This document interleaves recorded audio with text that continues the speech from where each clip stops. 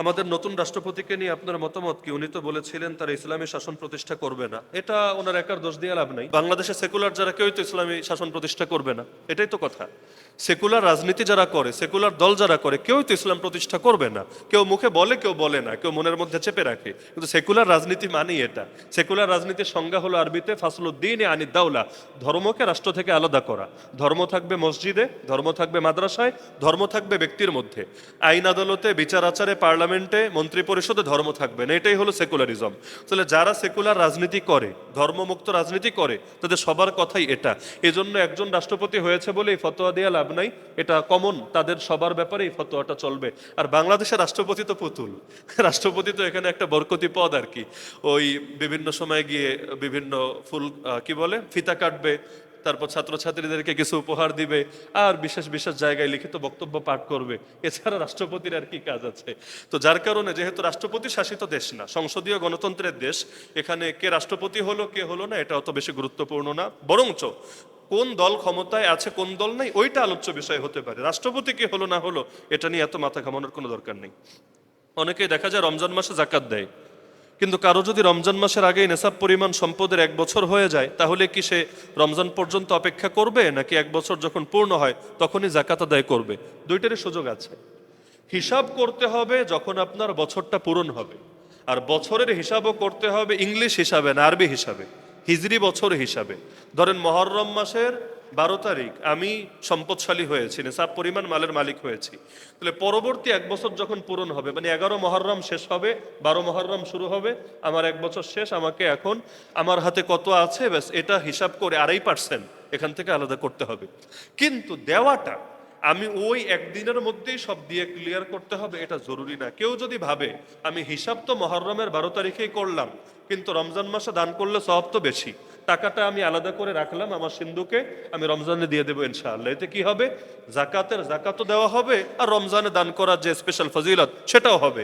না জায়েজ না, সুযোগ আছে, সে ইনশাআল্লাহ ডাবল সওয়াব পাবে।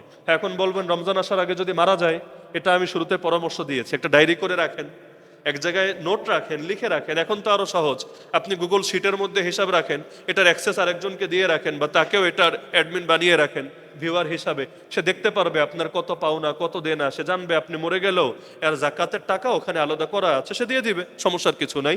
তাহলে জাকাতের টাকা কেউ যদি টাইম মতো হিসাব করে আর রমজানে দেয়, সমস্যার কিছু নেই।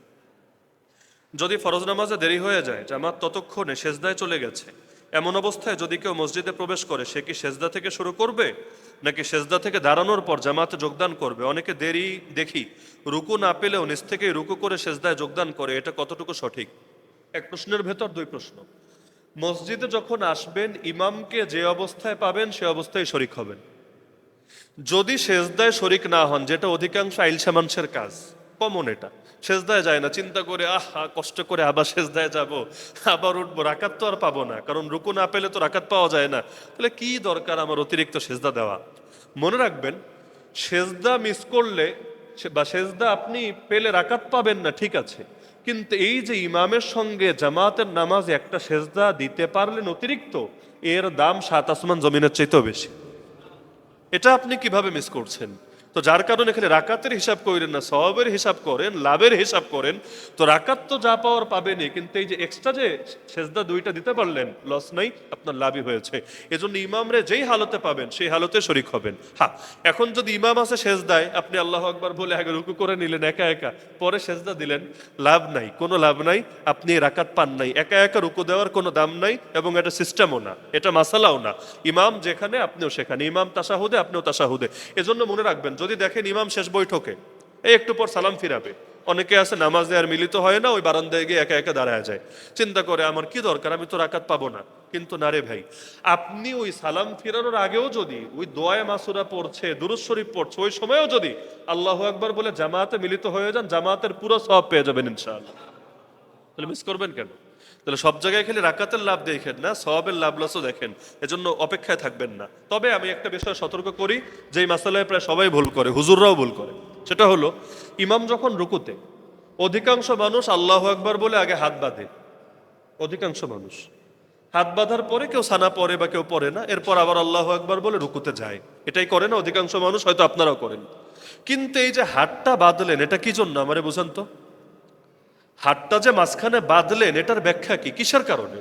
আপনি জামাতে নামাজ মানি হলো ইক্তাদাইতু বিহাদাল ইমাম, আমি ইমামের ইক্তেদা করছি, অনুসরণ করছি, ইমাম যা করবে আমি তা করছি।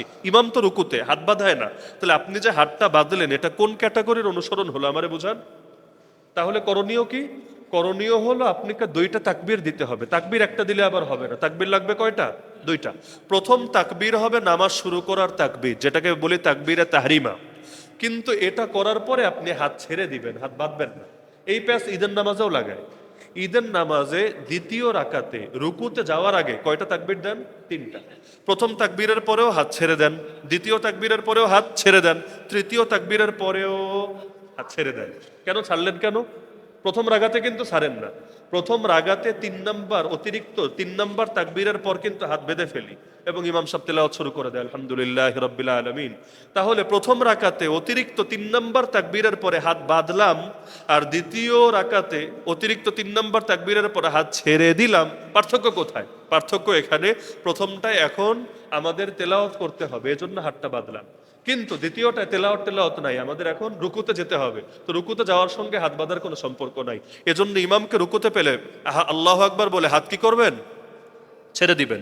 আল্লাহু আকবার বলে হাত ছেড়ে দিবেন, এরপর আবার আল্লাহু আকবার বলে রুকুতে যাবেন। তাহলে আল্লাহু আকবার হবে কয়টা?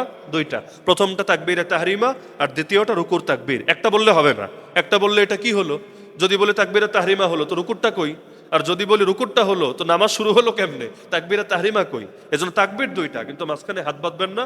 অথচ দেখে গণহারে সবাই বাঁধে, সবাই বাঁধে, অথচ এটা কমন ভুল, প্রচলিত ভুল, এটা করা যাবে না। আচ্ছা, সম্প্রতি সৌদি আরবে কোরআন প্রতিযোগিতায় আমাদের দেশের মাদ্রাসার ছাত্র প্রথম হয়েছে, তার জন্য কোনো অভ্যর্থনার আয়োজন করা হয় না, তাদের অবহেলা করা হয়, আপনার মতামত কি?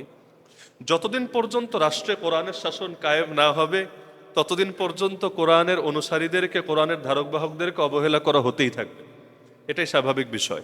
তাও তো আলহামদুলিল্লাহ ইদানিং একটু আপডেট হয়েছে আগের তুলনায়। মাঝে মাঝে দেখা যায় টুকটাক রাষ্ট্রীয়ভাবে না হলেও ব্যক্তিগতভাবে কেউ কেউ তাদের একটু সম্মান জানায়, অভ্যর্থনা জানায়। সম্প্রতি যে ছেলেটা 1 নম্বর হয়েছে তাকে সম্ভবত 1.5 লক্ষ রিয়াল উপহার দেওয়া হয়েছে, মানে বাংলাদেশের টাকায় বিশাল অ্যামাউন্ট। তাহলে সেই দেশে এত বড় সম্মান পাচ্ছে আর বাংলাদেশে এটা কোনো মিডিয়াই আসে না, প্রথম আলো, ডেইলি স্টার, বড় বড় মিডিয়া অথবা টেলিভিশন চ্যানেল এগুলোতে আসে না। কিন্তু ওই কোথায় কে জুয়া খেলে, কোথায় কে ফুটবল খেলে, কোথায় কে গান গায়, এগুলো ঠিকই আসে। এগুলো হলো আমাদের দেশের একটা সমস্যা, কারণ ক্ষমতায় সেকুলাররা আছে, এজন্য ওরা নষ্টামিটাকেই প্রমোট করে। যদি ইসলামপন্থীরা ক্ষমতায় থাকতো, কোরআনপন্থীরা ক্ষমতায় থাকতো, তাহলে অবশ্যই কোরআনের হাফেজদেরকেও তারা যথাযথভাবে মূল্যায়ন করত। আমি অন্তত আশাবাদী যখন ইনশাআল্লাহ এদেশেও কোরআনের শাসন হবে অবশ্যই হাফেজে কোরআনদেরকে, আলেমদেরকে সম্মান করা হবে। তাও তো হাফেজরা টুকটাক সম্মান পায়, যারা আন্তর্জাতিক প্রতিযোগিতায় বিজয়ী হয় টুকটাক সম্মান পায়, আলেমরা ওইটাও পায় না। হাফেজ সাহেবরা যেটা পায় আলেমরা সেটাও পায় না। বাংলাদেশের কোনো কোনো আলেমের বই আরব বিশ্বেও প্রকাশিত হয়, কোনো কোনো আলেমের লেখা বই ওই আফ্রিকা, মালয়েশিয়া, ইন্দোনেশিয়া সহ অনেক দেশে সিলেবাসের মধ্যে পড়ানো হয়, কিন্তু বাংলাদেশে তাদেরকে রাষ্ট্রীয়ভাবে ন্যূনতম সম্মান মর্যাদা দেওয়া দূরের কথা, তাদের নামটা পর্যন্ত পাবলিক জানতে পারে না। তো হাফেজরা তাও কিছু না কিছু পেয়েছে, আলেমরা এখনো পর্যন্ত এটা পায় নাই, কবে পাবে আল্লাহ ভালো জানে।